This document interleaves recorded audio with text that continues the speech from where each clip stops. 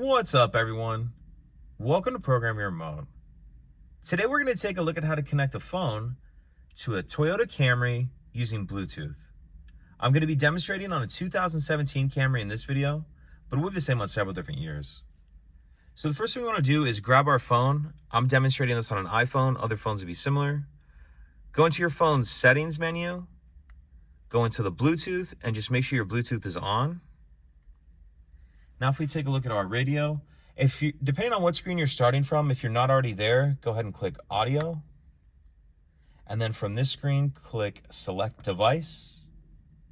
And then from here, click Add.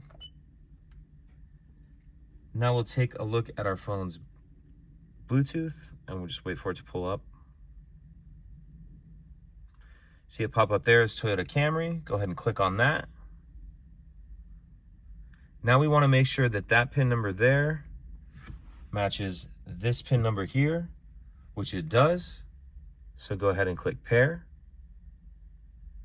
And that's it. Now we're connected. This is just asking if I want to give it access to my contacts. I'm not going to set any of that up right now.